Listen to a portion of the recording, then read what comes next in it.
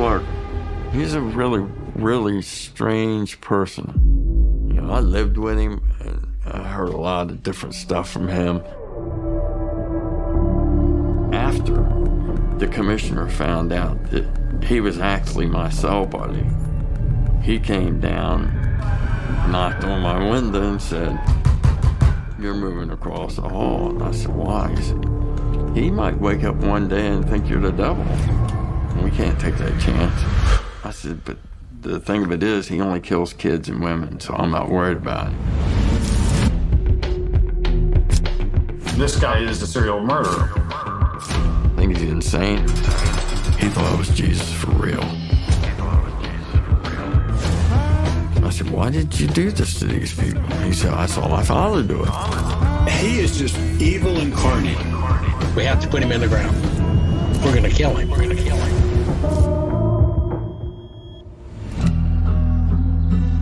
I traveled to Western Correctional Institute January of 2000 to interview Jack. Jack told me that Haddon had murdered Michelle Dorr and buried her in a park in Montgomery County, Maryland. I asked him if he would lead us to her body. He said he would. So we showed up the next morning, got Haddon out, and I said something to the effect of, "Okay, you ready?" And he said, "I'm not going."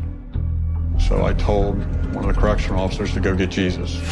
So they went and got Jack Truitt out of his cell. He talked to Haddon in the hallway in front of me for a minute and then asked if he could use this side office. So when they went in, I pulled the door shut from the outside. So they were in there alone. He told me straight up, "I'm not going." I said, "Look, you're going one way or another." Pushed him up against the wall. And I said, "You don't want to disappoint me." That's when he made the comment, "You're supposed to be peaceful."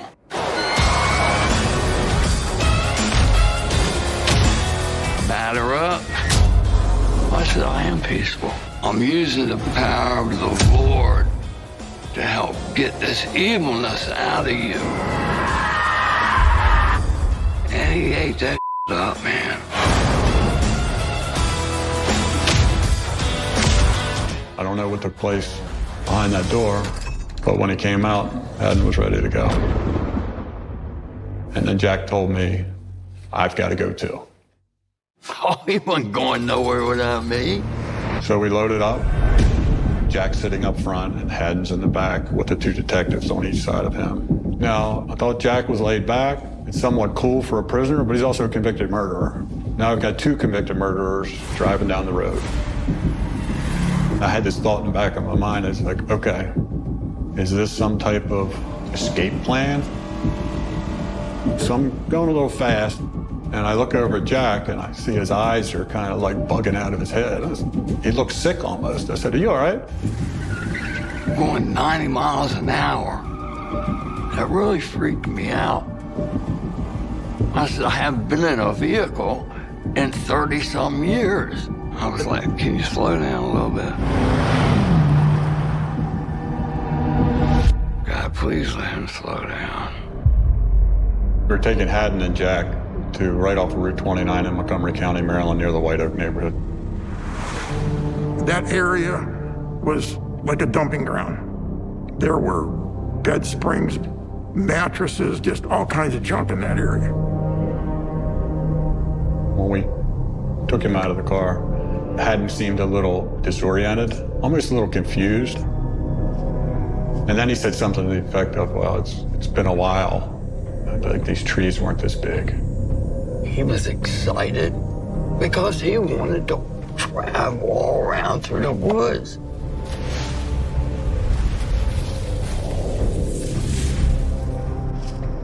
After hours of walking, there was no obvious location or the exact spot that he had buried Michelle. I heard some talk by some other detectives. Yeah, maybe he didn't bury her here. Maybe this is just like a wild goose chase kind of thing. And I was just standing there wondering, what are we going to do now?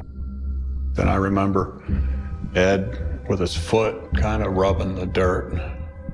Felt unique under his foot, I guess. And I looked down, and there's a rusted wire, looked just like a twig, sticking out of the ground. I reached down and I pulled on that, and I kept pulling, and up comes a small bed spring. And I said, Haddon, come over here. Haddon comes over and gets down on the ground. He says, this is it, and starts clawing at the ground. He's trying to dig. That's when we decided to dig. That was the spot.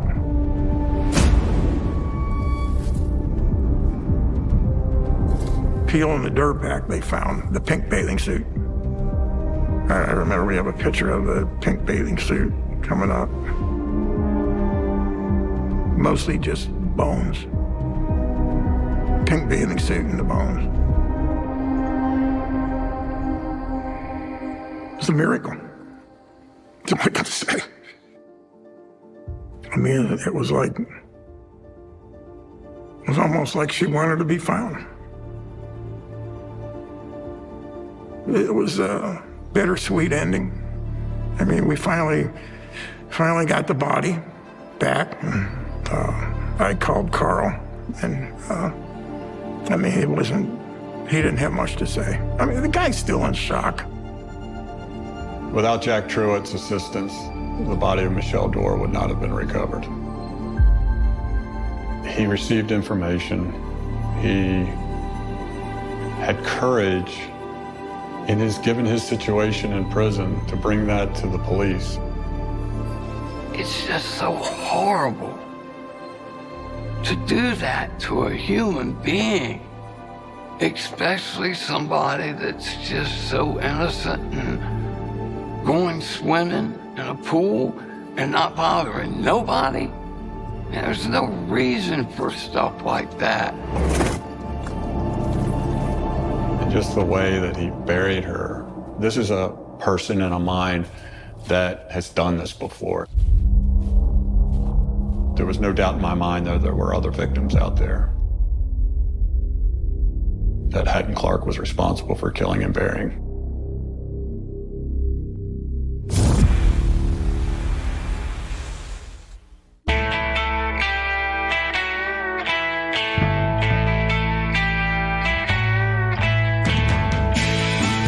On October 20th, I was at the bar in Olney with several other investigators from our shift and our sergeant. Part of Laura's 2-mile walk to the... They had a television on in the bar, and all of a sudden there was a headline that a Harvard graduate was missing from her Bethesda home. The sergeant looked at me and said, contact the district detectives and talk to them and see if they need any help. Laura Hodling was a young lady that graduated from Harvard and had returned home to live with her mom. She had been missing for several days. If you know anything about the disappearance of Laura Bettis Hodling, please call Montgomery County Police. She is 6 feet tall, 145 pounds, with brown eyes and shoulder-length blonde hair. Penny, the mom, she hired you as a gardener? I got that job through a minister. Bible study. So the minister set you up with Penny? Yes. Go to the same church Penny went. You put them on too tight? I'm sorry, Haddon or Hayden? Haddon. Haddon. Haddon, why don't you have a seat with you in just a minute, okay?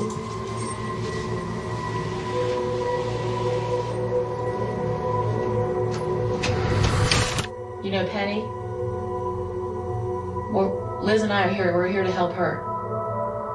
Because she's helped you for a year, hasn't she? So, was she nice to you? Real nice. I was going through a lot of mental problems at this time. Penny was more like a mother figure after my real mother told me she would pretend I was dead. Do you consider Penny your friend? Were you sexually involved with her? Did you Penny? Did you her and she rejected you? And you got angry, so you took it out on Laura? Haddon, help me. Talk to me about Laura. Now, how'd you meet her daughter? She came home from college, Harvard. I didn't associate with her know. Hey, what can you tell me about Laura? And do you think she's pretty? Did she do something to make you angry? She hurt your feelings? Patton, do you have a thing for pillows? One time, Laura and Penny were up in Massachusetts, going to Penny's house, picking out one of Penny's nights. I slept in Penny's room. We came down, Penny's night, and ate breakfast. I love Penny. She offered me donuts, drink. And then when Laura came into the picture, a lot of that stuff stopped.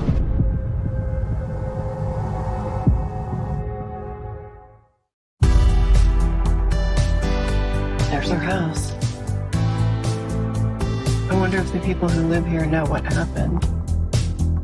My name is Susanna Quinn, and Laura Hodeling was one of my best friends. I met Laura in the 7th grade, and it was my first day in a new school. And I walked up the ramp, and she was sitting with a group of girls, which was rather intimidating, and she had this Dorothy Hamill haircut and this giant smile, and I looked at her and I said, "You should grow your hair. It would look so much better." And she laughed, and we were best friends from that day on. After she graduated, she didn't really know yet what her career path would be. So that's why she moved back and was living with her mom. My name is Catherine Sheehan Bruno, and Laura Hodeling was one of my best friends. She had just started this new job down in D.C. On the 19th, Laura didn't show up for work. It was very uncharacteristic of Laura to not show up for work. So one of her co-workers called her brother and said, "Hey, where's Laura?" And he said, "I have no idea. She should be at work." And he said, "No, she never showed up." Warren Hodeling was Laura's brother, and they were incredibly close. He went by the house. Laura's car was there, and he went in the house. Everything looked fine, but nothing disturbed. Apparently, the house was secure. So I went into her room. It was cold. So I picked up her Harvard sweatshirt and I put it on. And I flopped on the bed. And I said, "You know, there's her file cabinet. Let me call her credit card company and pretend that I'm her and ask where it was last used, because maybe she bought a train ticket." She had last used the credit card when we bought shoes on Thursday. I don't know, there was just a heavy feeling of sadness in the air. That bad news was ahead. Monday, we can't find her. On Tuesday, Penny got back home, and it became clearer and clearer that something was truly wrong. Penny was an intelligent woman, but Penny was a hard-headed woman. I don't want to even say on camera. I thought she was difficult. I thought she was a difficult person. Penny didn't want to believe that anything had happened to her daughter, and thought it would not be unusual for her to just hook up with some rich guy and take off to the island somewhere.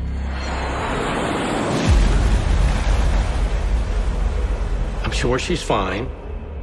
You know, she's run off with some friends. She's just being a little spoiled brat and not telling us. It didn't seem plausible by her brother. Her brother didn't say no. Warren was worried. Warren was really concerned. You know, when you grow up in sort of a dysfunctional family, I think you tend to bond with your siblings. You know, they were asking Penny sort of who has been around you, and Laura, and who are the boyfriends, who works in the house, those things. When we talked to Warren, he mentioned that his mother had hired a gardener. And the first night that Laura was missing, Warren looks, and here comes his truck. his mom's gardener. He happened to be driving by, and Warren attempted to stop him, to talk to him, but instead of stopping, the gardener drove off fast. He couldn't understand why he would do that. That seemed very unusual. The next morning I come in, and my sergeant's sitting in there. So I filled him in on what happened. And he said, well, who was the gardener? And I said, it's Haddon Clark. Penny was not aware of the Dorr investigation. I don't believe she had any idea that he was a suspect when she hired him. Penny really loved to garden, and she needed help with all the kinds of things that go along with gardening. And Haddon was available. From everything we could tell, after Haddon was kicked out of his brother's house, he was living out of his truck. And he had erected his own little campsite with a canvas tent and tools and other things that he would keep around. People knew I was living in the woods. They considered I to be homeless. Most homeless people are filthy and dirty. I wasn't supposed to. They're not nice and clean. They don't give you deodorant and stuff. Right. I mean, I have food that you can make a sandwich. Both banded and rolling and cheese. Because I lived in the woods, I didn't have a TV. Some people want to be around people, have a companionship, huh? So we got into all of our families.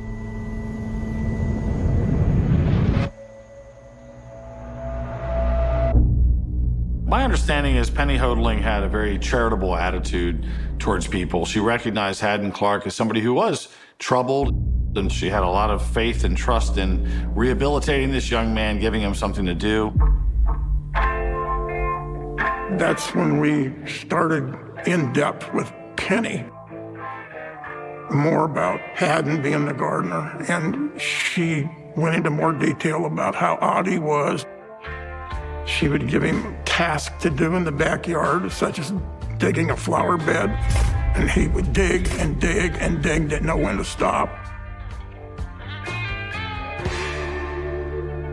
Haddon Clark had a variety of kind of odd jobs. Haddon was working at a bagel store. May have been right inside the DC line called What's a Bagel. And he was actually a little bit of a well-known figure because he had a courier service where he called himself the Rockville Rocket. He'd wear a Washington Capitals hockey jersey sometimes. He'd roller skate, he'd bike. If you're going up and down Rockville Pike, one of the main thoroughfares, you might see this guy. But looking in his background, we found so many unusual things. I was in the Navy. 2 years, 8 months active duty. I was on the Carl Mission aircraft carrier. Once the ship pulled out to sea, I went down to the food service department and applied for a food service job. So when he came out, he got a civilian job with Navy Med in one of their cafeterias. They had raw chicken out, and they were going to cook it. And he put the raw chicken on the platter and put it on the stove, and then picked up the platter and drank the chicken blood.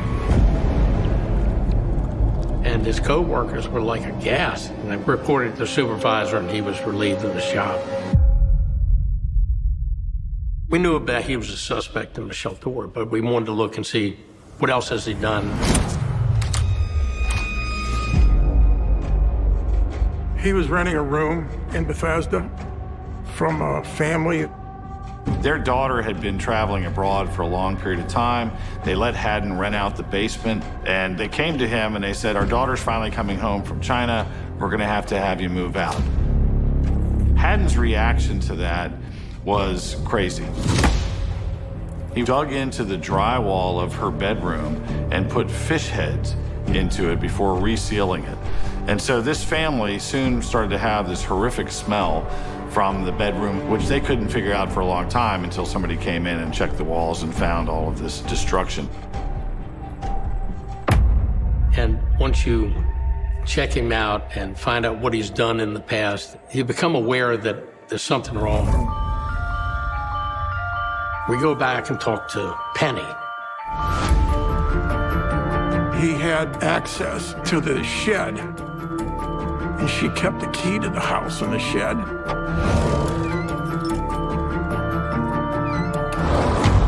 That was kind of suspicious, to say the least. When Penny found out that we were looking into him, she was furious. There's no way he would hurt her. Leave him alone.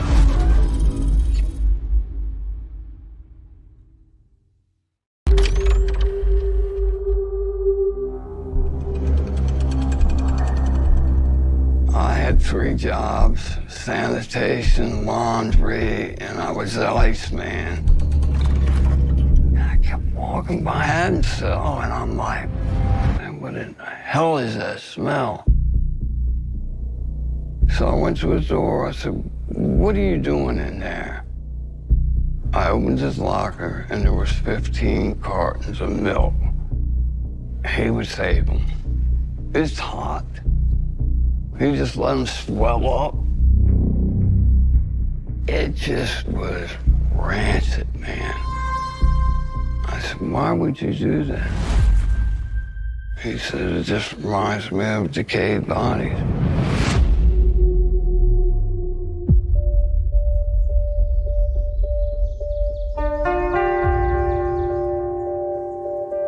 You know, we were fresh out of college. We were at the start of our lives. My brain just didn't go to, oh, something horrible has happened. You know, I almost thought of it as like, well, this is a mystery. We're just going to figure it out. So the police said the best way for us to find her is to figure out when she was last seen. If you have a picture of her, you need to do flyers. You want to get this on the news. Warren and I started this sort of like sleuthing. Yeah, we were trying to Scooby-Doo it, making the phone calls, walking the streets looking for evidence. Like, we'll figure this out. We had no idea the terror and the evil that was in front of us. Quite often, if there's a homicide, you will send patrol out to interview people. And that's when they talked to this Hispanic woman. She told the police officer that she had seen Laura on the morning that she disappeared. And she said, Laura came out of the house, and we're waving to her, and she ignores us. You know, I thought that was odd. Then we said, look, can you describe her for us? I said, yeah, she had on slacks and a long jacket. You know, that was interesting and had to be followed up on. The investigation hit the news, and they got a call from some psychic in Virginia. The psychic said, you know, I don't know anything about this case, I don't know what's going on, but I have this feeling you need to search this wooded area between 2 churches. It just so happened there were 2 churches with wooded area very close to where Laura was living.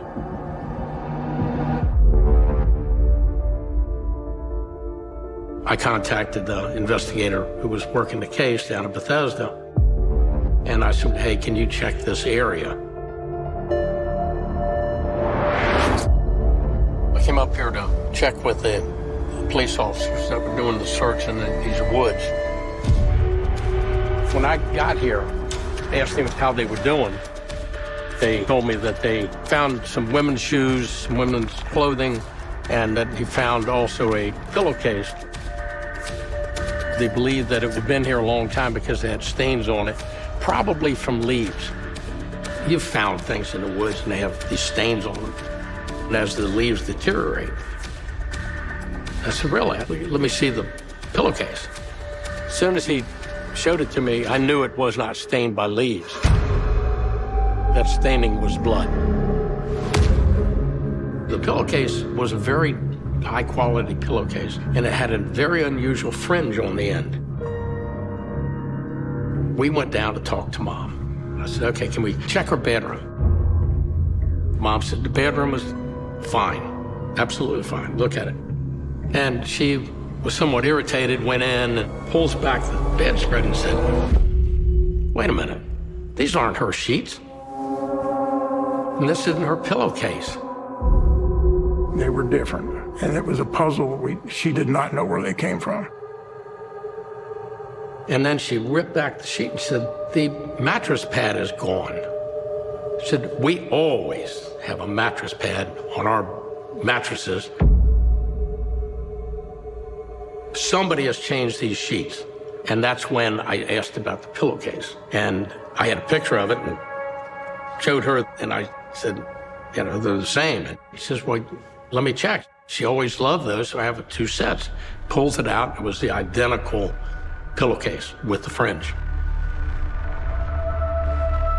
I contacted my sergeant and said, look, I need you to get the crime scene people down here, and we're gonna have to check this room. When the crime scene people got there, they used a chemical commonly referred to as luminol, and they spray it on the mattress. Luminol fluorescence when it's under a black light, so we had to make sure the room was totally dark. It was getting dark, and they did the mixture and sprayed the luminol. And then hit the lights, and all of a sudden it luminesced. He would like, oh my God. It was covered with blood, and you could see where a hand was pulled off the bed. You knew that this girl's dead.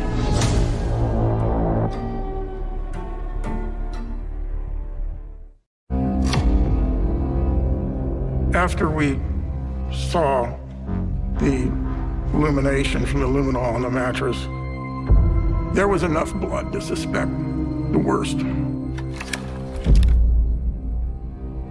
So at that point, of course, we said, hey, this is a homicide.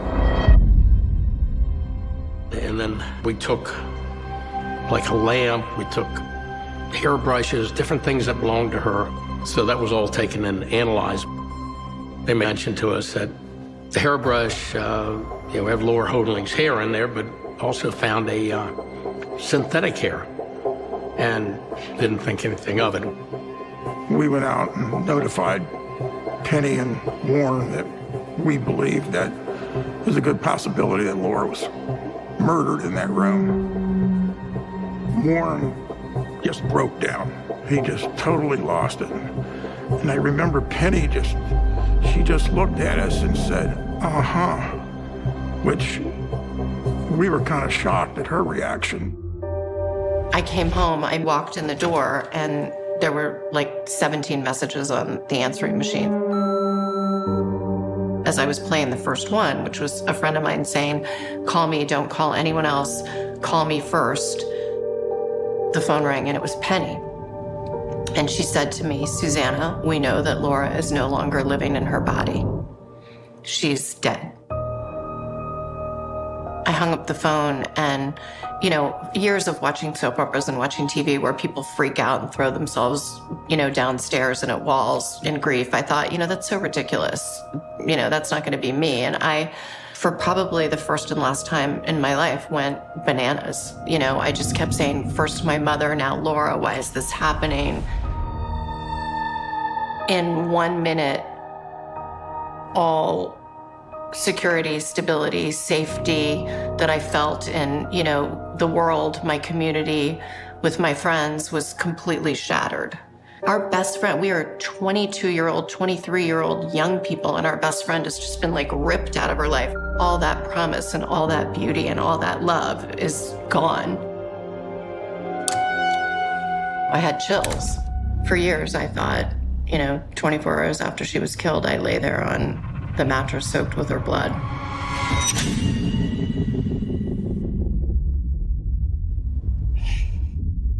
After that, we decided we had to find Haddon.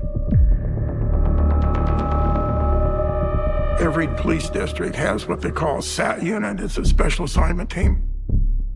And we notified them that we needed to find Haddon Clark.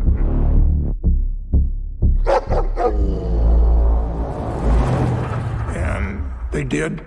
on East-West Highway in Silver Spring, and they stopped him and they notified us that they had him down there.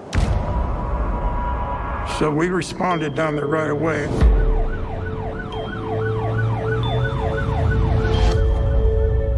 That was my first encounter with Haddon Clark, and something I'll never forget. It was a small Datsun pickup truck, and the back of it had a mattress, and it was just full of stuff.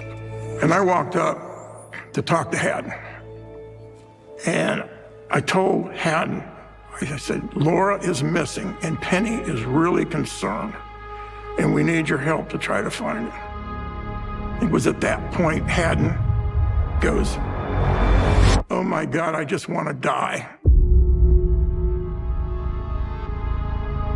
And he went down on one knee. We ended up taking him in, and that's where we told him about the bloody pillowcase, and he had tears in his eyes. We tried talking to him for hours, and he didn't give us any concrete information at all. We didn't have enough probable cause to arrest him, so we allowed him to leave. How would you describe yourself as a person? I had belts on, but I'm really a nice guy. Would you say you like to help people? Yeah, I did. I help people all the time. I mean, I volunteered for the Red Cross at Blood Drive. I volunteered with a homeless program. Great way to meet people. Was it a good feeling in you that you were helping people? Oh, yeah. The two girls, do you feel bad about it? What do you feel? Well, I didn't know. I know that.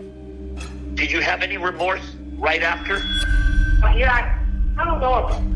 Yeah, I felt sorry for what I did. But in some ways, I didn't need to do it, you know? Do you think people can be forgiven? I think they can. Some people think I can confess my sins, say I'm sorry, and then Jesus will forgive me, and then 24 hours get back doing the same sin again. Did you do a lot of sins?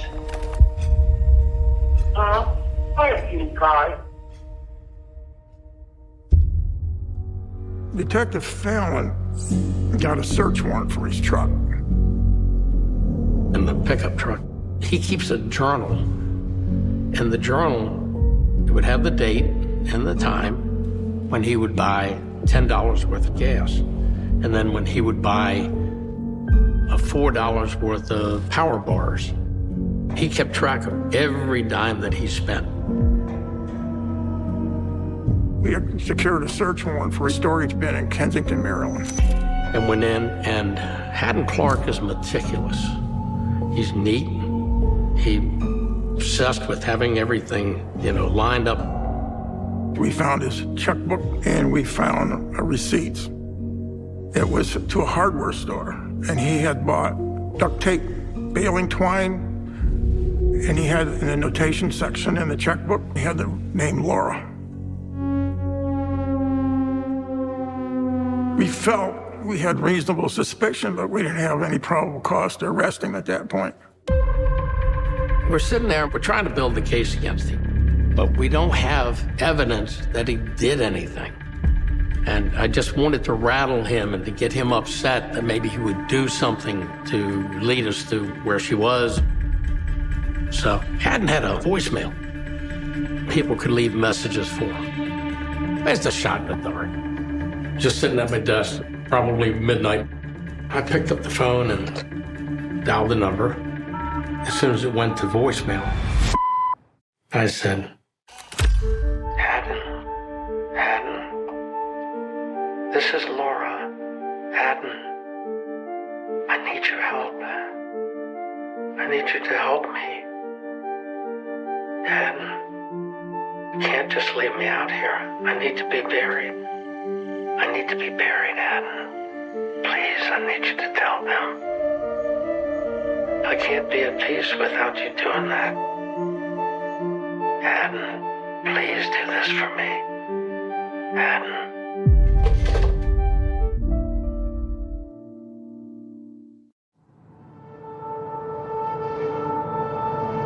When you're hitting a dead end in the investigation, you go back and review everything in the file to see what you've missed. And lo and behold, there was this Hispanic lady that saw Laura leaving the house on the day Laura would have ended up missing. And when you look at that and you're starting to piece timeline together, it doesn't fit. She was already dead. And everybody's thinking, well, the woman doesn't know what the hell she's talking about.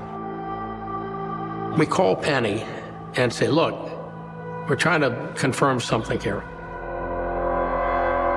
We wanted to see if her slacks were still in her closet and is her trench coat still there. She said, Laura's 6'1". She don't wear slacks. She's tall. She wears dresses. She does not own any slacks. Is the trench coat still there? She doesn't own a trench coat. A tall woman's not going to wear a long trench coat. You're going to wear a shorter coat. You want to look shorter. So I'll tell you right now, that was not her. That's Haddon. Christian was doing things before that, going out. Molesting one of those things should. Christian's always loved little girls. And is that why she dresses up and stuff like that? That's a ritual. When did Kristen start doing that? She's been doing that since she was about 10 years old. Oh, where does she get the clothes to do that? My father one time dressed me up like a little girl. In the ass. Is that true? Sure did. He did. That molested me, a little kid. And you were 10? Never happened. Never happened.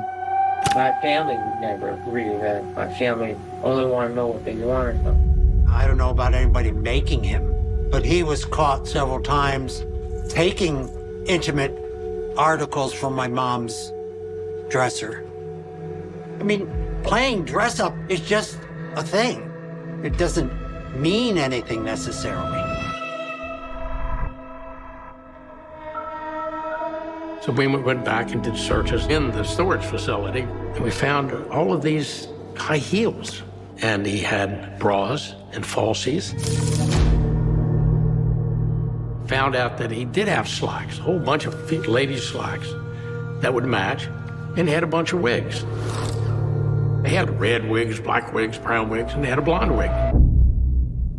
So we took the blonde wig, and when they examined the wig, it matched the synthetic hair that was found in Laura's brush in her bedroom.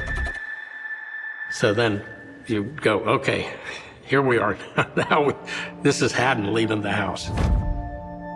So why would he do that? He's already murdered her. He's already carried her out of there.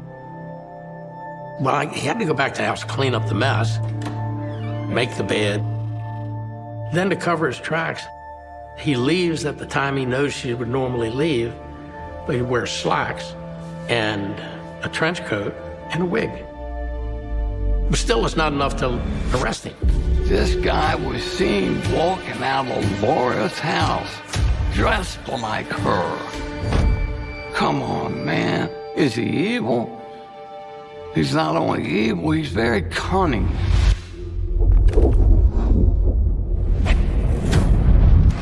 He talked about growing up, but it was like really, really weird. He would say they dressed him in women's clothes from the time he was little. They treated me like a girl. They even told me, if you have to go to the bathroom, you sit down, because only boys stand up. And if it's true, that had to be a lot on a kid.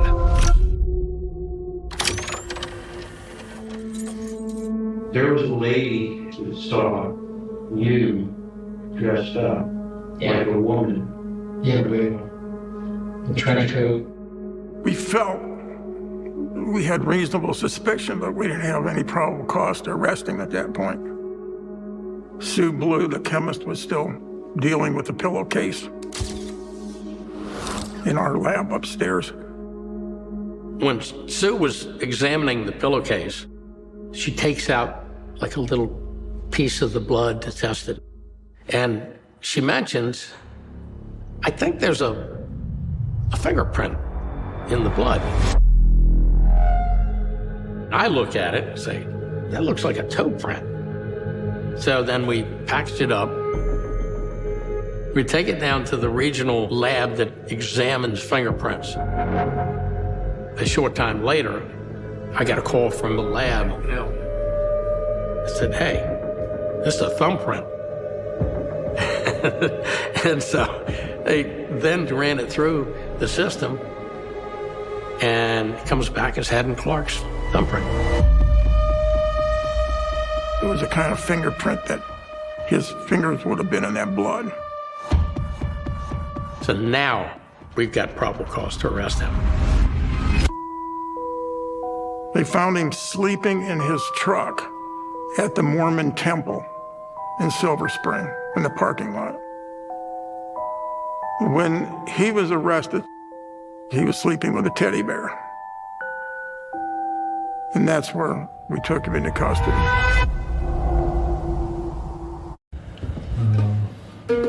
Nay mình xin gửi tới các bạn bài hát Chia tay hoàng hôn, một sáng tác của nhạc sĩ Nguyễn Hồng Ân. Anh phải về thôi, xa em thôi, hoàng hôn yên lặng cũng theo về, giọt nắng cuối ngày rơi xuống tóc, mà lời từ biệt chẳng lên môi. Anh phải về thôi, xa em thôi, xa hàng cây đêm hò hẹn ta ngồi, hoa khế dùng tím ngăn lối nhỏ, để mãi lòng ta sao xuyên bồi hồi. Chia tay em, chia tay hoàng hôn, chia tay em, chia tay hoàng hôn. Anh mang theo về tình yêu và nỗi nhớ, anh mang theo về con tim cô đơn. Chia tay em, chia tay hoàng hôn, chia tay em, chia tay hàng cây, gửi lại cho em trái tim thắp lửa, gửi lại cho em một nửa vầng trăng.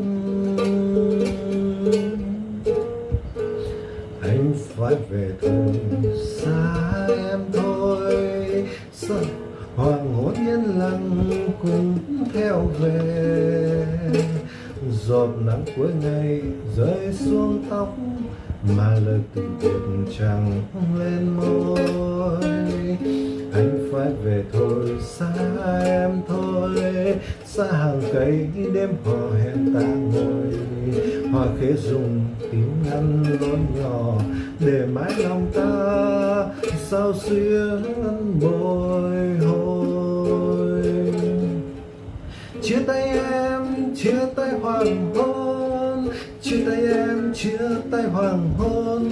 Anh mang theo về tình yêu và nỗi nhớ, anh mang theo về con tim cô đơn. Chia tay em, chia tay hoàng hôn, chia tay em, chia tay hàng cây, gửi lại cho em trái tim thắp lửa, gửi lại cho em một nửa vầng trăng.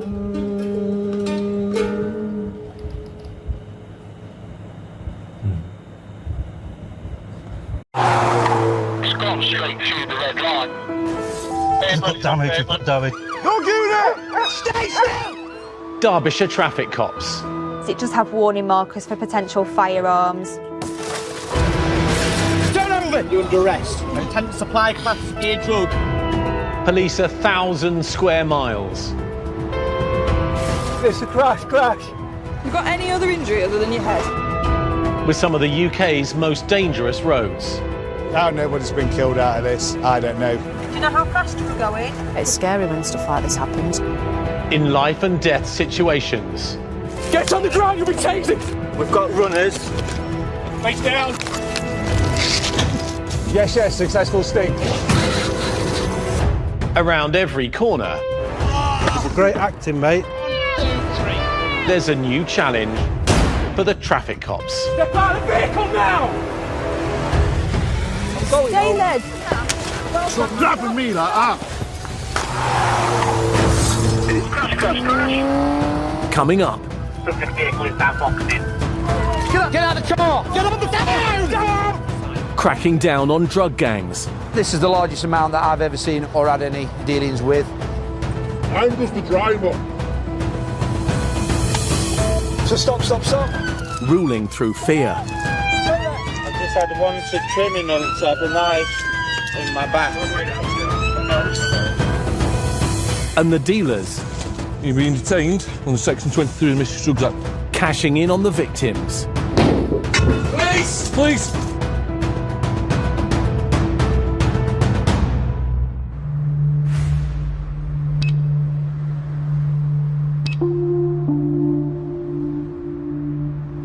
From an A2 units, looking at this vehicle on intelligence, the suspects of this vehicle, they are linked to drug supply. Let's go 19. Go ahead. Yes. I'm about 2 miles from north. With drug seizures on the rise, officers like PC Craig Dawes are out targeting drug runners. The drug trade is really significant. I think it's become a big problem. It appears now that the amount of drugs that's been seized, the ease that drugs are available, the vehicles that we're stopping that's containing drugs, it just seems that it's part and parcel of life now, and it's quite openly there. Vehicle is being followed, M1 northbound, forward stop, we've got to stop on it. Leicester from Derbyshire Traffic, Oscar Tango 19. Oscar Tango 11, vehicle is lane 4 of 4, Hampton Junction, as we speak. Colleagues from other forces have got behind a vehicle that they believe is involved in high-end crime. The officers have got unmarked cars behind it. They don't believe that they're being compromised. They're able to follow the vehicle quite closely. From Oscar Tango 19 Derbyshire, you have got myself, high performance, fully marked if I can assist in any way. That's brilliant. Is there any possibility of a stinger site around there? There's only the slip road, but it's very busy at this time. Subject vehicles committed, M1 north. If the Derbyshire Mobile can get a stinger site, that would be helpful. Yeah, I can wait at exit slip, and then if it continues, I can assist you. I think you've got an ARV as well behind me. Do you want to take command of your resources onto your force area? Yeah, 19, I'll take control if that's okay, then I'll put it on this channel and start putting some plan together. Oscar Tango 31, I've just been tasked. That's all my head, thanks. Other units, including traffic cop Nigel Waller, are rushing to assist. Yeah, I think we've got 2 units now, plus their units behind, so we could put a TPAC on. If you let us know when it's committed, we'll form up and drop in behind you. If you keep a running commentary. We are on our way from Wakefield down the M1. For information, we're securing traffic, solid, slow moving. It's Friday afternoon, the volume of traffic through Derbyshire is really heavy. It will backlog very quickly, and you're thinking, what's going to happen here? Derbyshire, so we've got ability to get one of our cars out, put rolling block ups. Yeah, 1-4, I can do that. Yeah, I'll put the safety on after the tanker. The plan initially is to surround the vehicle and box it in, but with that option you've still got a risk because you then bring in members of the public into play. From Oscar Tango 14, block is on, M1 northbound. Oscar Tango 11, we are 2/3 of a mile. Preemptive tactics is the preferred option at this time. Should the vehicle fail to stop, then initial pursuit is authorised. Subject vehicle is committed, M1 north, passing the opposite. Yep, from 19, we are on the entry slip, waiting for you to call that you've gone past. Yes, no worries. Lane 4 of 4, passing on slip. 4 and 4. Subject vehicle moved into lane 3 and 4. Traffic is slowing significantly. Speed is 2020 miles per hour. Yeah, at your call then, and the Derbyshire unit is calling. I think it's appropriate to put a box on. Tango 1-1, subject vehicle has moved to lane 1 and 4. It's going to be aware of our presence now because of obviously the marked unit. It's gone from 4 to 1. We need to get it on.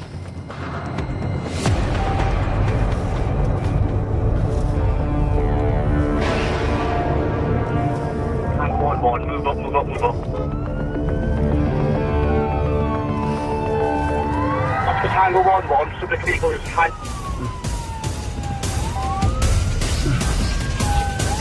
Oscar Tango 1-1, subject vehicle is now boxed in. Get out! Get out of the car! Get out of the car now! Get out! Get out! Go, get on the floor! Get on the floor! Turn over! Get on the floor! Get on the floor! Give me your arms! Give me your arms! Cuff, Scuff's got him. At the moment, you're in possession of intent to supply class A drug. Right, move on to the side. One, Pick up at the movement. Yep. Move your legs. Move your legs in. Front. Vehicle stop, no damage. And Well detained. on your arse, and we'll get you. Right, you alright now? You alright? Yeah, okay. Good. We'll slow things down now. Alright? But at the moment, you're under arrest. Right? What we'll do, turn the caution. So anything else that you see is evidential. Alright? We'll get you off the motorway and we'll get you dealt with. Appropriately, alright? I'm just a driver. Hey, come on, let's get you up. Right. 3, 2, 1. Up you go. Right. Is you alright? What, this one? Yeah. Come on, pal. Are you happy to move? Those stuff's alright, yeah? Are you alright? I've got a broken right shoulder. Yeah. Absolute shed load. It says 10. It was 10. As soon as the boots open, we realised that, you know, this is quite a significant amount of drugs in the back. We'll take this as well. Turn my range off, please. NA from 19, I don't know obviously what's been passed. We're going to take this gentleman and his car so we can get the motorway opened again.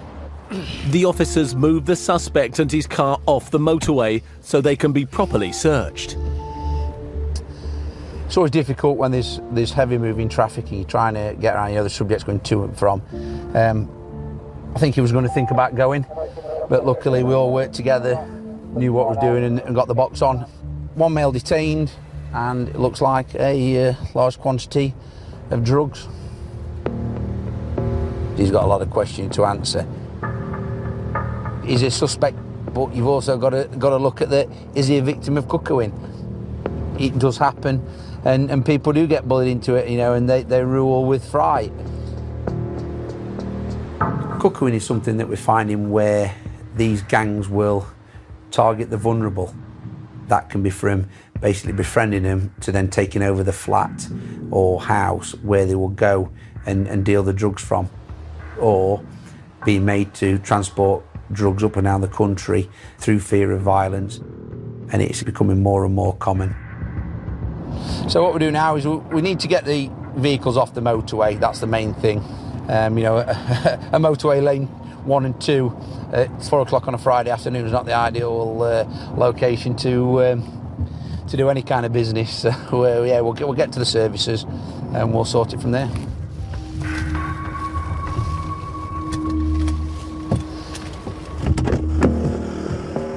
We'll put them in front, Stack. All right. You're not so tight, please. There you go. Put my fat finger in there, so plenty of room. Nothing sharp that's going to hurt me or you? No, sir, no. I'm just a driver. At the moment, we've got to go through a process, all right? And that process starts here. So we're going to go to Ripley Police Station, where you're going to go to custody. Don't sit me in a cell for ages. We're not. No, we'll try to. Yeah, go in there, mate. Come on, sort it. All right. Do they aren't benches? The driver is being taken to custody for interview. We've located a large cardboard box with 10 green packaging. I believe that packages now could be cocaine, with an estimated value of each block possibly £40,000 a block, which at this stage we believe it's going to be £400,000. Street value roughly, it's been estimated it may be over £1 million worth on the street. It's estimated more than £9 billion worth of illegal drugs are sold in the UK every year. This is the largest amount that I've ever seen or had any dealings with through my time. Just shows you what is being transported up and down that motorway on a daily basis, where, you know, you'd think it wasn't. You look at the car, does it stand out? You know, no, it's just a general bog standard car with that in the boot, you know. Normally these cars on a Friday, you've got your Aldi, Lidl and Tesco shopping in. It's instead we've got a large quantity of drugs that's been seized. So, you know, it's a great result. Hello. Coming up. Where's your number plate? A suspected runner on two wheels. What's a motorbike making off to me in Derby? Desperate to get away. Down the Swifty into a park. Yes, vehicle's failing to stop. And more drug pushers. One's alighted from the back. Making a run for it. There's another one out and running. Putting users under threat. So stop. I've just had a knife in my back.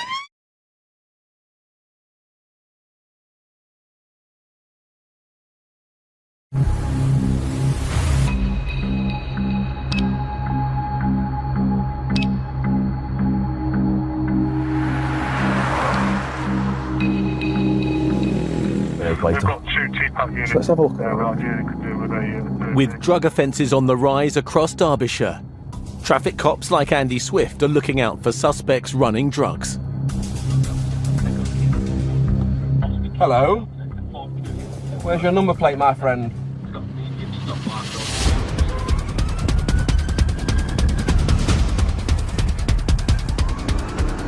Yes, thank you. What's that Entanglement? What's a motorbike making up to me in Derby? We're currently 55 miles per hour. It's a permission for pursuit, please.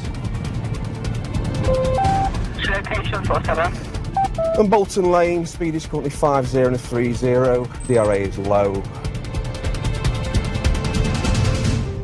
We get people riding on mopeds and bikes, driving around dealing drugs, and it is a countrywide problem.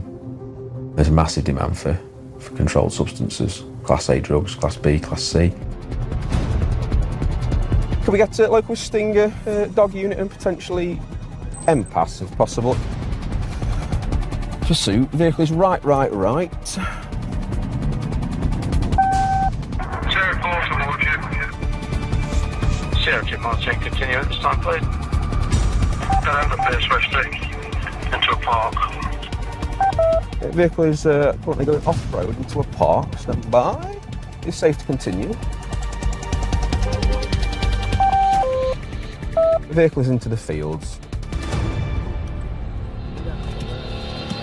Thank you for that. And the units can start making their way down to Derby Road or Snelsmore Lane, which may come out on that way.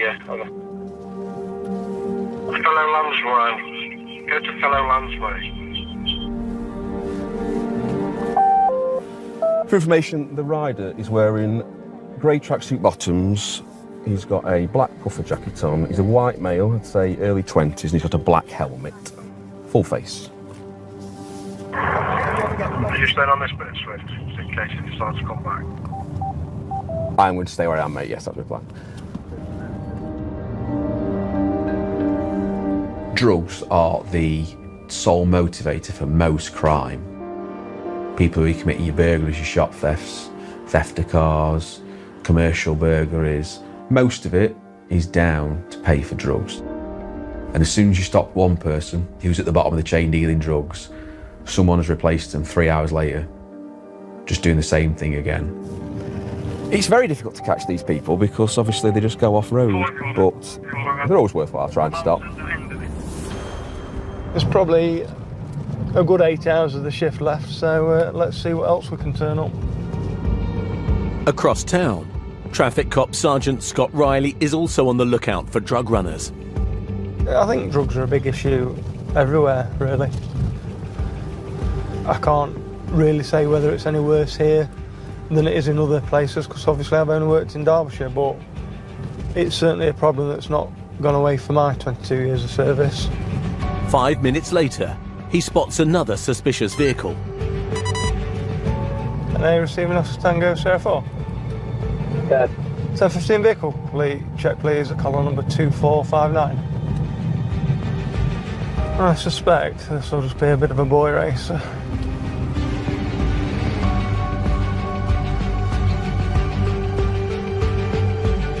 Yeah, there's something up with this.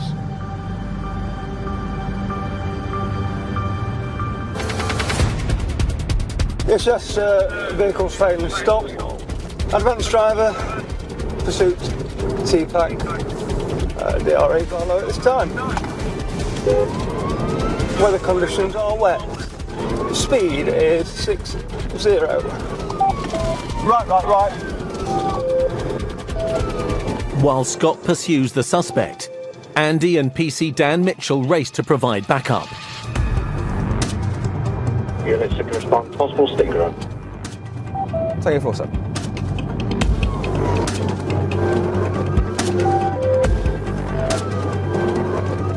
Yes, DRE still low on the brakes, on approach to the junction, and it is a left. Speed is 70. Can I have MPAS and Oscar Juliets, please, on approach to that junction? Where are we best going? It is a Coming this way. right, and then a left. We're going to go back to the main road.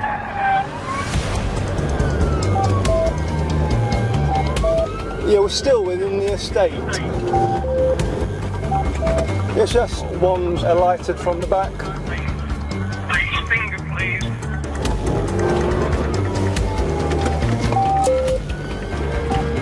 There's another one out and running. I believe now there'll just be one driver in the vehicle. So stop. Another unit to me, please. Where are you?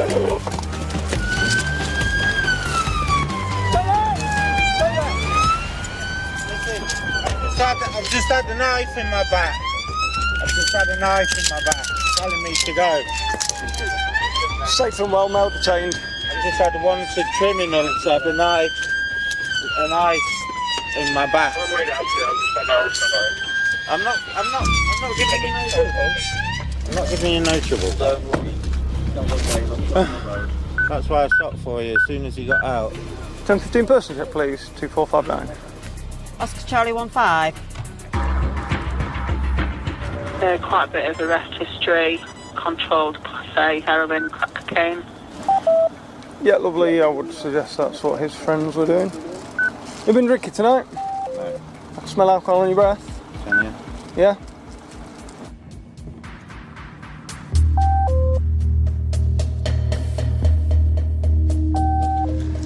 There is supposed to be coming slow.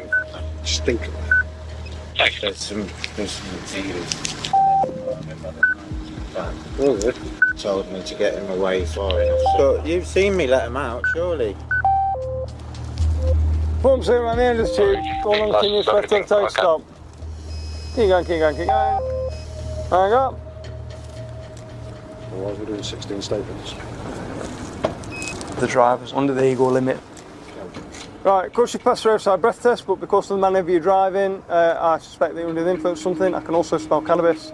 So my colleague's going to do a drugs test on you, all right? Sergeant, there's a large machete in the back of this vehicle. Oh, that'll be what I had in my back. Okay, so you're saying you're under duress to drive like that, do you? He told me if I didn't get him far enough away from you to jump, he was going to stab me.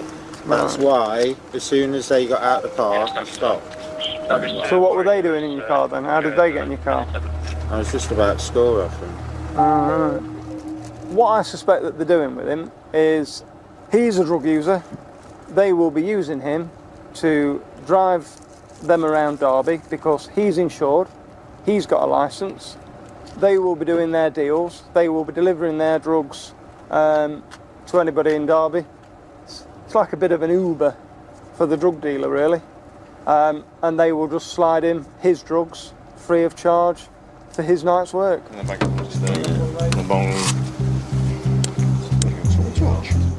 While Dan waits for the results of the drugs wipe, Scott deals with the driver.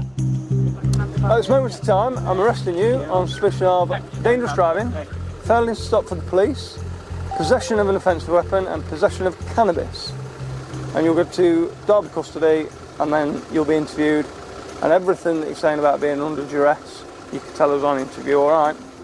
As you can see, cannabis and cocaine, there's a red line on the control line and then there's a red line on both the test lines, so it's positive for both. So we go and have a blood test now back at custody. Drug driving's a big problem, but we've now got kits where we can test whether a driver's showing positive for cannabis or cocaine, and the hit rate on it is startling, really. I'm further arresting you for driving whilst under the influence of a controlled substance. A search of the car raises suspicions further. There's the back. You see, no, I think back down if you want. Oh, we've got another one. Oh. Well, these combat knives, don't they?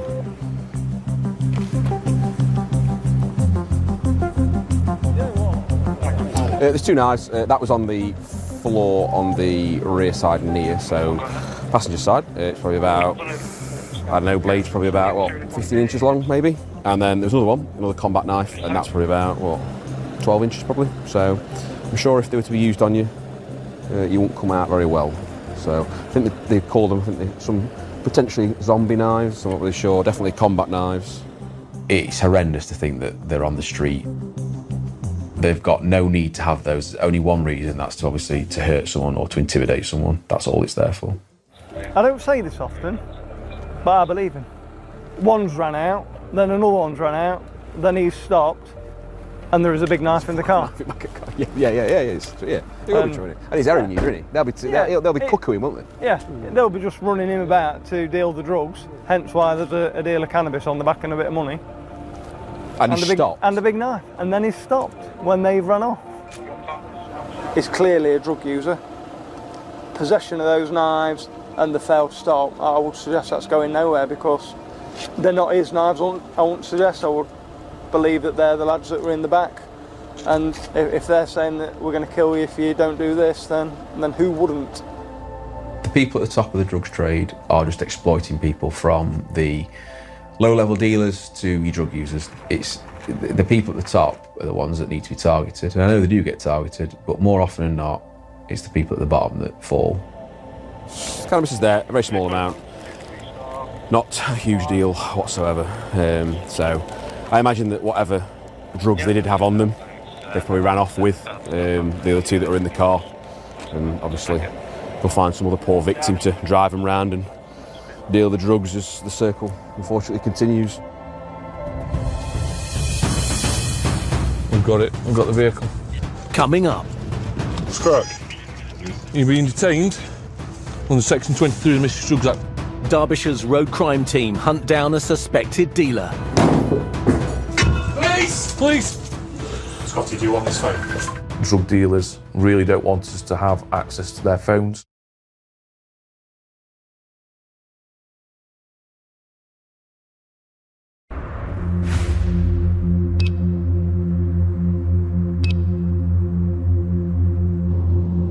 It says bright daylight, so we haven't even got the cover of darkness to assist us at the moment. Millions of pounds worth of drugs are trafficked around Derbyshire every year. Something there, is there?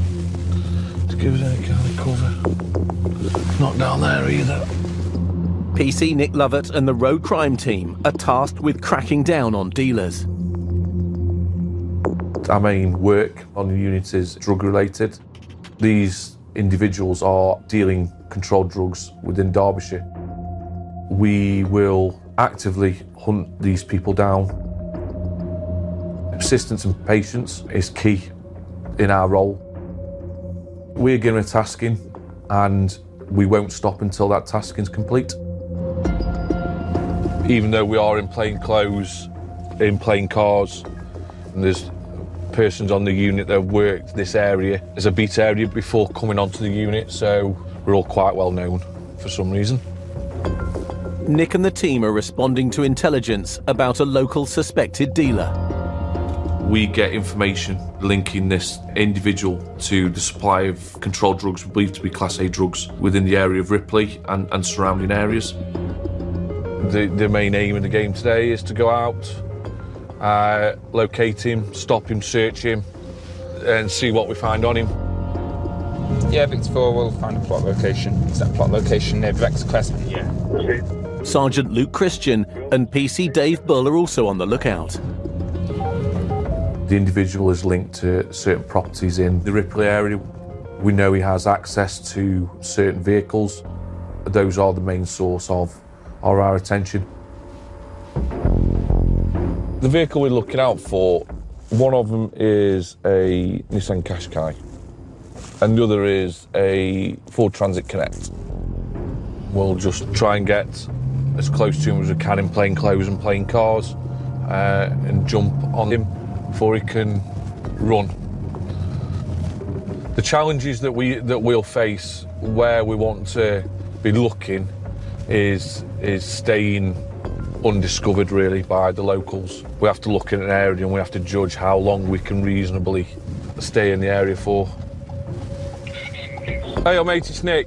I'm literally on plot. Where do you want me to cover, mate? Just park up out of the way of each other somewhere out there. You not follow us. It will do, mate. Will do. But after 4 hours, there's no sign of the suspect. He lives to fight another day, doesn't he? But he will come at some point. We have to get lucky once. He has to be lucky every day he goes out with a load of drugs, so we have to go again another day. We've got 4 unmarked cars out. Yeah, it's just a case of flooding the area with police cars and trying to find him. And that's just how our work is. We don't give up. There's no sightings of the van or the Qashqai. We're standing it down. Day 1, nothing. Day 2, still nothing. Day 3, again, drawn a blank.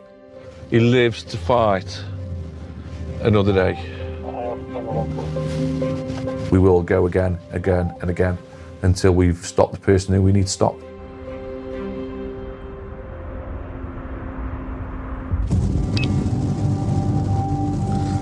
The plan is on a rainy Wednesday, we're back out looking for the same lad that we've been looking for the last couple of deployments in Ripley. We're back out with 4 unmarked cars to try and locate him, see if we can get him stopped. And here we are on day 4, going again. You have to be a little bit patient, not force it. You can get a little bit downhearted when day after day after day that you don't get a result, but when you do get the result, it makes it all better. Scotty, I missed a little bit of that. What have you got, mate?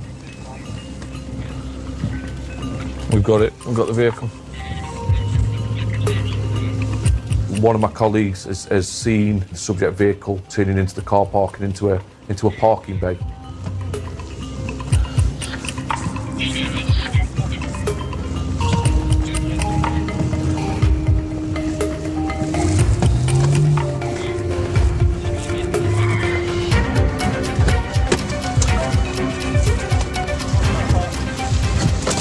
Hey, Pop, right? I'm good.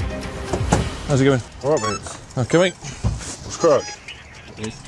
At this moment in time, you're being detained under Section 23 of the Mischievous Drugs Act for the purpose of search information linking you and the vehicle to the supply of controlled drugs. Yeah. Okay. Obviously, the objective of the search is to find out if you're in possession of any controlled drugs or not. Yeah. Okay. I've literally just been and bought some. You've just been and bought some. Where is it? In the middle here. In the middle? Yeah. Where? In that egg thingy. In that egg thing. Yeah. Right, I'm going to hand you over. Yeah, I've got all of them. Where is it? In the middle, in the egg. Okay. A little Kinder egg. In the egg. What is it? Pardon? What is it? Cocaine.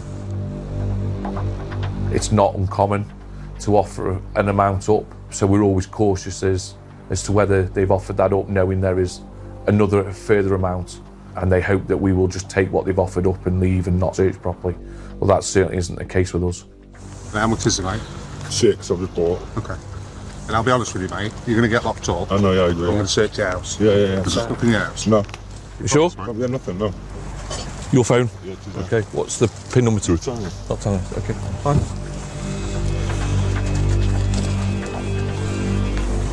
Just to let you know, okay, at this moment in time you're under arrest on suspicion of possession of intent to supply Class A controlled drugs. No. Okay? Oh, is it good to check? It'll be a while, mate. Okay. Yeah.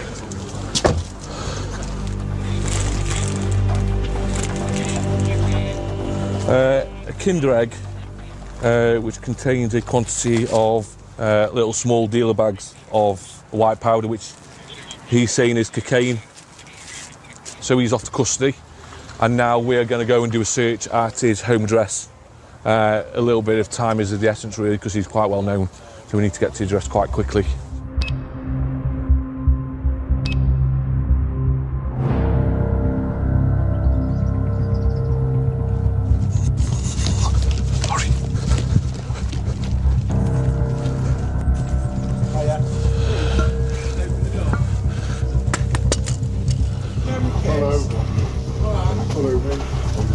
We're in, no issues. Bit of a result that we didn't have to put the door in. There's a female and 2 children in there, so we have to be mindful, obviously, of not scaring the kids and things. And yeah, we've got a job to do, but obviously we don't want to scare the kids, do we? So we'll go and start searching and stuff. Get it done as quick as we can. We are looking for anything drug related, anything to prove the individuals linked to the supply of controlled drugs.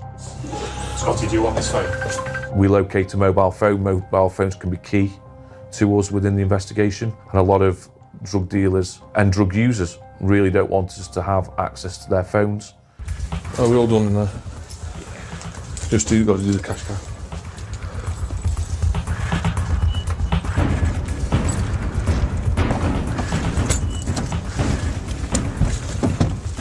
Very clean, very tidy. Go ahead. Go ahead. Do you want us to go in before you get there? We're going to a linked address that we've also got a warrant for, so we're just going on to that address quite quickly, really.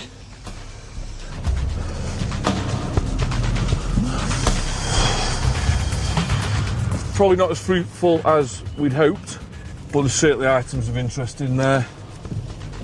Found a phone, hopefully that's linked to him.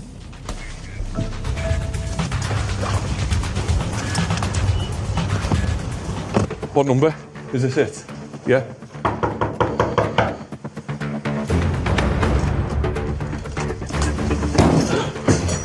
Police! Police!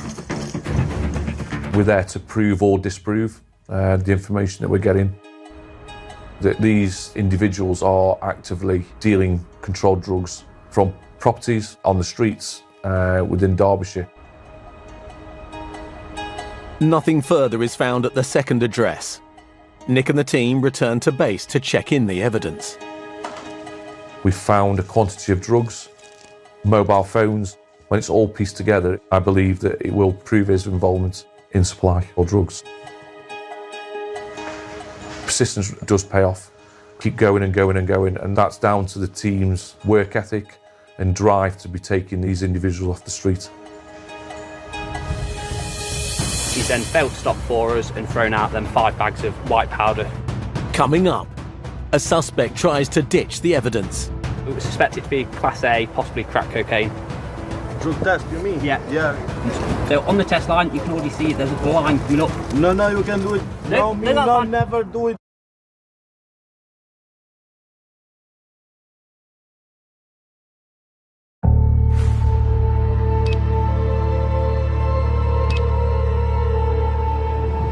Contact with vehicle.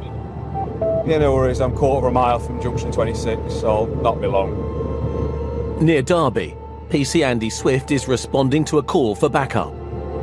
There's been a report earlier on of a vehicle that's made off from some Amber Valley divisional officers where they've stopped it, and then when they've got out, it's drove off and it's thrown a load of packets with white powder in. So I'd imagine it's probably drugs related. Doesn't take a genius to work that out. I think by pure chance they've located it again. And it's actually been located, I think, parked up. Good skills, everyone. Thank you.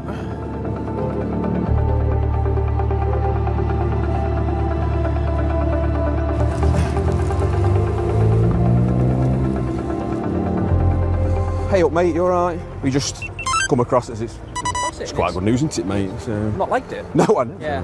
Is it you that failed to stop for earlier on? Yeah. Was it? We'll have the car, but I think it'll need a proper search. Do you want to shift this if we've got key? We'll go up to Screwfix. With the car on a busy road, officers decide to relocate to a car park to search it properly. Want me to drive that? Yeah, if you want, and then we'll just all go up in convoy. How's that? We got keys for this. Mate, it's here on the dashboard, I think. Yeah, we'll follow you up. So we're just going to go on, drop the car off for a better location.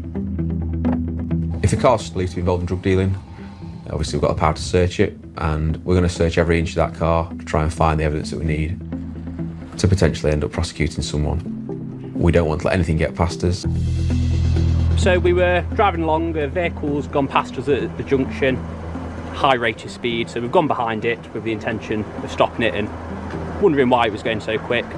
He's then failed to stop for us and thrown out them 5 bags of white powder from the driver's window. We've then managed to locate this vehicle in the next town over and secure the driver, and he's currently arrested and pending interview. We suspect it to be Class A, possibly crack cocaine. No further drugs are found. Has he got any insurance or at all? No. But now they need to check whether the suspect is driving legally. Have you got proof of it with you? What is proof? Well, yeah. Yeah, you just give me this one and I tell you in my name. No. Have you got a policy document? Have you got access to a policy document? You've got one, if you let me to find No, it. not at the moment, but I'm saying you have got one. Yeah. And have you got a licence? I have Albania license. Have you got it with you? No, it's not with me. That's bad news then, because how do we prove you've got a licence? I'm going to require you to find me a specimen of saliva, okay? Because I've got reasonable suspicion that you might be under the influence of drugs. So, I'll perform a roadside drugs test, okay? Drug test, you mean? Yeah. Yeah. Stick your tongue out, like that. And I'm going to scrape this on your tongue, okay? Okay. You can do what you want, bro. So this test for cannabis and cocaine. Okay. He's been subjected to a roadside drug test. I think people don't realise how long it stays in your system, and I think it's so much more prevalent nowadays. I think a lot of people who would not drink drive don't realise that they are drug driving. Okay, so it'll take about 10 minutes to work. Okay. And we'll see what the results are, okay?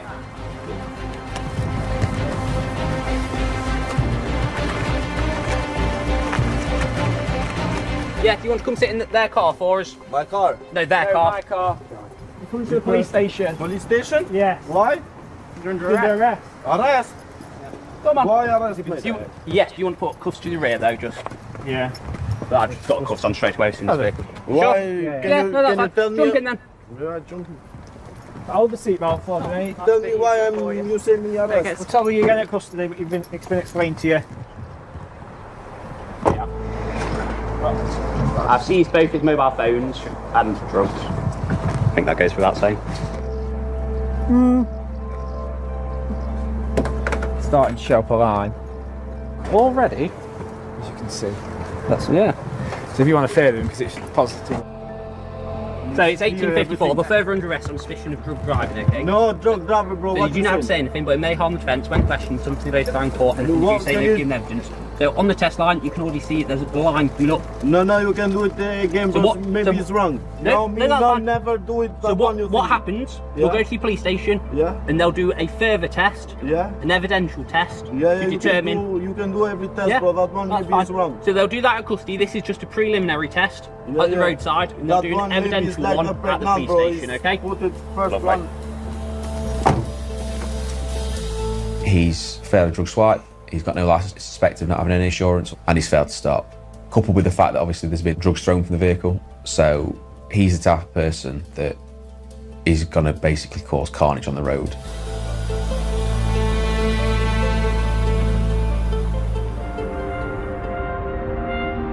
With more than 200,000 drug offences recorded across England and Wales every year, the police are clamping down. The use of counterlised drug supply is massive, and it is a countrywide problem.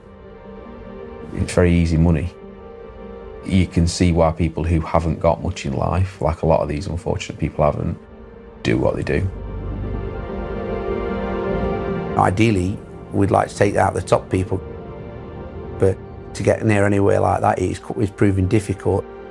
So you tend to target your kind of medium criminals involved in it, maybe the ones that are being used as mules to move the drugs around the country. They've been fighting the war on drugs for many, many decades before I was born, and they'll still keep fighting it. It's all well and good the police doing our bit, but you're scratching the surface, and as soon as you stop one person who's at the bottom of the chain dealing drugs, someone has replaced them 3 hours later, just doing the same thing again. For every car that we stop, there's probably 10 that manages to get through the net and goes on to deliver and makes a lot of money out of it. But if we just rolled over it and gave up and said, well, we're fighting a losing battle, then what's the point? So we'll always try his best. And even if we take one car out, at least it's one car that's not then going on to sell drugs or ruin somebody else's life through crime. In this episode, Get out of the car! Go! Get on the floor! Get on the floor! Cuffs, you've got him. the driver caught transporting £1 million worth of drugs I'm just the driver. Right. was remanded in custody. This is the largest amount that I've ever seen or had any dealings with. At court, he received a 30-month prison sentence for drug dealing. Hello. Where's your number plate, my friend? The rider on the electric bike The vehicle is into the fields. was never traced. So stop. Call the unit to me, please. The suspect, who claimed he was being exploited by armed drug dealers, I've just had a knife in my back. was arrested for dangerous driving, failing to stop, possession of an offensive weapon, and possession of cannabis. Oh, we've got another one. But released without charge. That'll be what I had in my back. And no action was taken for drug driving. You've been detained? The man the road crime team arrested was found guilty of drugs possession and cannabis supply. Where's it? In the middle, in the egg, in the little Kinder egg. He received a 12-month suspended sentence and 200 hours unpaid work. And the driver who allegedly failed to stop for police and threw drugs out of the car So this test for cannabis and cocaine? Started to show up a line. Already? No, you can do it again, So but what- maybe so- it's wrong. No, No, that's fine. never do it. remains under investigation while police await the results of further drugs tests.